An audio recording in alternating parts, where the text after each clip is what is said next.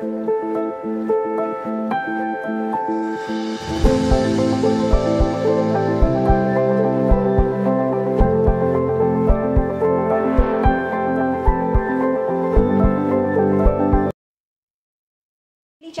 के बाद, जिसके लिए हमें मैमोग्राफी करनी रेगुलरली ज़रूरी है।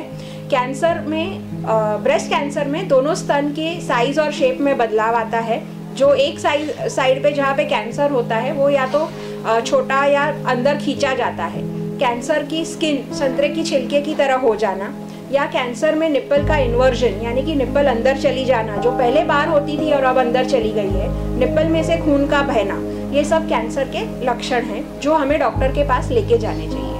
मैडम, जो आज की भारतीय महिलाएं हैं नॉर्मली अपने स्वास्थ्य के बारे में ध्यान नहीं देती, बच्चे परिवार हो सब उसी में बिजी रहती है। अगर दर्द भी होता तो भी वो तो ठीक है, चलो कोई बात नहीं, तो उनके लिए आप क्या कहेंगी? मेरा कहना है कि हम ही बैकबोन होते हैं पूरे फैमिली के, तो हम अगर अपनी सेहत का ध्यान नहीं रखें तो हम इसको आगे नहीं बढ़ा पाएंगे अच्छे से। तो हमें इस चीज़ों में, जब कैंसर होने के लिए नहीं रुकना चाहिए, हमें कैंसर की अगर जानकारी है तो हमें रेगुलर एन्युअली साल या 2 साल में रेगुलरली मैमोग्राफी, पैप स्मीयर, ये सब टेस्ट करनी चाहिए, जिससे कि हम ये लक्षण अपने हाथ में लगने के पहले हम इसे पिकअप कर लें और हम इसका इलाज तुरंत कर सकें। यानी कि न हाथ में लगने वाली गांठ को अगर हम मैमोग्राफी में पिकअप करते हैं तो इसके 3 एडवांटेज हैं। एक की ट्रीटमेंट का ड्यूरेशन, यानी कि ट्रीटमेंट अगर साल भर चलने वाली है तो वो 6 महीने में ख़त्म हो जाएगी। दूसरा, हम कॉस्मेटिक सर्जरी कर सकते हैं जिससे कि वुमेन का कॉन्फिडेंस बना रहेगा। तीसरा, ऑफकोर्स कॉस्ट कम लगेगा क्योंकि ड्यूरेशन ऑफ ट्रीटमेंट कम, और पूरा परिवार का जो लाइफस्टाइल बदल जाता है एक पेशेंट को कैंसर होने की वजह से, वो भी उनके ऊपर जो मेंटल स्ट्रेस है वो भी कम हो जाता है अगर हम सही समय पे इलाज कर लें। डॉक्टर, जो डिटेक्शन जो मेमोग्राफी करते हैं उससे कॉस्ट ज़्यादा रहती है, मतलब एक नॉर्मल? नहीं, हम एक बार आज होटल में खाने जाते हैं तो हम 2000-3000 का खर्चा कहीं पे भी करते हैं। उससे कम में भी हमारे पास मैमोग्राफी हो सकती है। मैमोग्राफी की कैंप्स होती है हर जगह पे। फॉर्चुनेटली हम जो सिटी में है बम्बई, वहाँ पे तो फैसिलिटीज़ भी इतनी ज़्यादा है कि ये एक OPD प्रोसीजर है। हमको सिर्फ अपने लिए साल में अगर 1-आध घंटा देना पड़े तो ये कोई बड़ी बात नहीं है।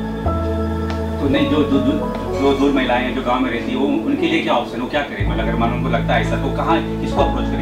मैमोग्राफी वैन्स अवेलेबल है और साल में एक बार कहीं पे ट्रैवल करके आके अपनी टेस्ट, हेल्थ चेकअप करा के जाना इतना डिफिकल्ट नहीं है। हम रात को भी बैठ के अगर, और बम्बई एक ही सिटी नहीं है जहाँ पे मैमोग्राफी अवेलेबल है, हर 2 टायर 3 टायर सिटी, अभी तो गाँव में भी मैमोग्राफी मशीन्स अवेलेबल है।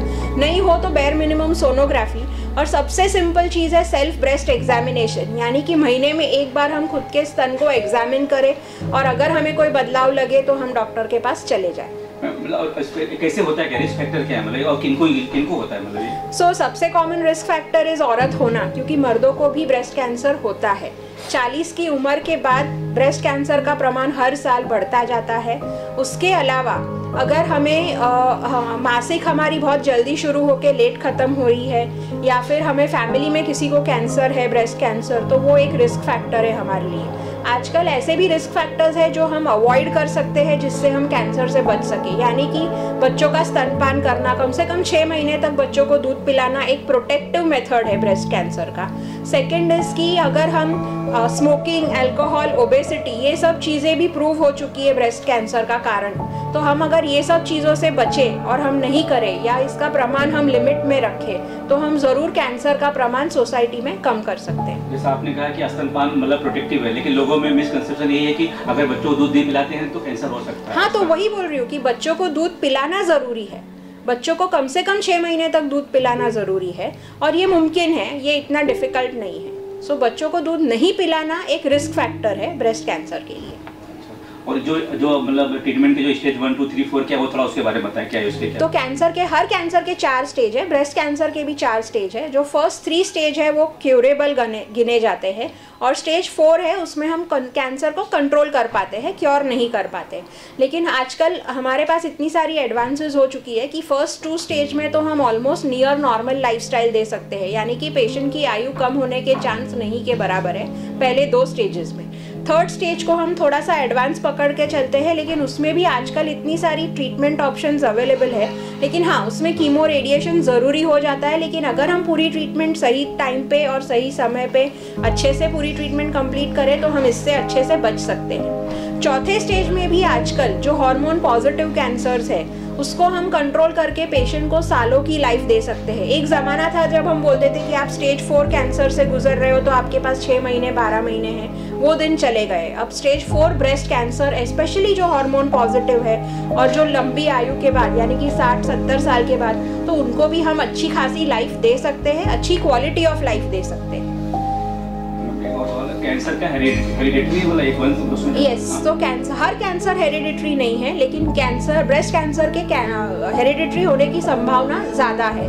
और इसीलिए जब हमारे पेरेंट्स, ग्रैंड पेरेंट्स, मौसी, बुआ किसी को भी हुआ है तो हम नेक्स्ट जनरेशन को हाई रिस्क कैटेगरी में गिनते हैं और उनको हम और भी ज़्यादा चेतावनी देते हैं कि अगर मेरे पास कोई पेशेंट आता है तो मैं उनको बोलती हूँ कि आपकी नेक्स्ट जनरेशन को थोड़ा चेतावनी दे दीजिए कि उनको रेगुलरली स्क्रीनिंग करनी चाहिए।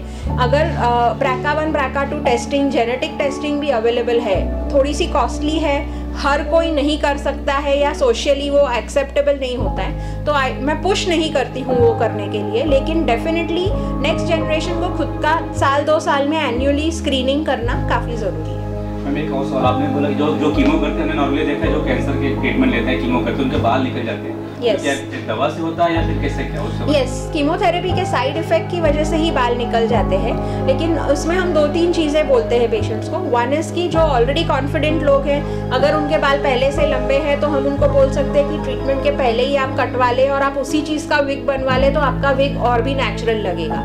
सेकेंड है कि उनका मॉरल सपोर्ट बनना, तो हमें उनको अच्छे से काउंसल करना पड़ता है कि ये जो इफेक्ट है ये टेम्पररी है, दवाई की वजह से है, और जैसे ही आपका ट्रीटमेंट खत्म हो जाएगा तो आपको नए बाल आ जाएंगे।